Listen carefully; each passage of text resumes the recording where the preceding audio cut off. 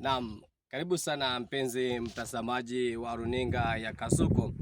Leo hii ikiwa ni siku ya Jumanne tarehe 9 mwezi wa Disemba mwaka 2025. Karibu kwenye habari zetu za leo. Mie ni mtoto wa nyumbani Vincent Kipeji.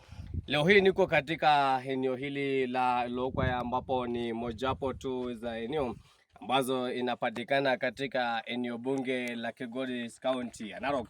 Na ukiangalia ukija kuangalia hapa ni mto ambaye niko sasa hivi katika mto ambayo kulikuwa inatajwa kwamba kuna maji, lakini kutokana na hali ya kiangazi ambayo inashuhudiwa kwa mara mingi, unaona kwamba mito imekauka.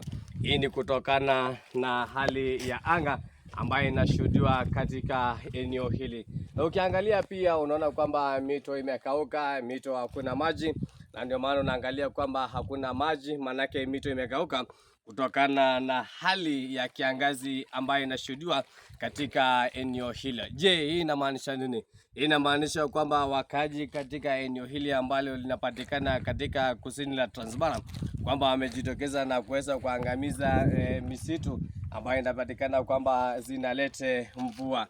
Hivi ndivyo mambo yalivyo katika eneo hili, ambapo ukija kuangalia kwamba mito hakuna maji, mto umekauka ili kutokana na kiangazi. So ni wito kwa serikali kuu pamoja na wizara ya mazingira katika eneo hili la Kilgoris kuhakikisha kwamba hali ya misitu inaweza kuzingatiwa katika eneo hilo, kwamba watu wasikate misitu, watu waweze kuhifadhi misitu, manake ni maisha ya baadaye. Naam, nikipotia runinga ya Kasuku kutoka eneo hili la Transmara, eneo la Lokwaya, County ya Narok, langu jina ni mtoto nyumbani Vincent Kipeji.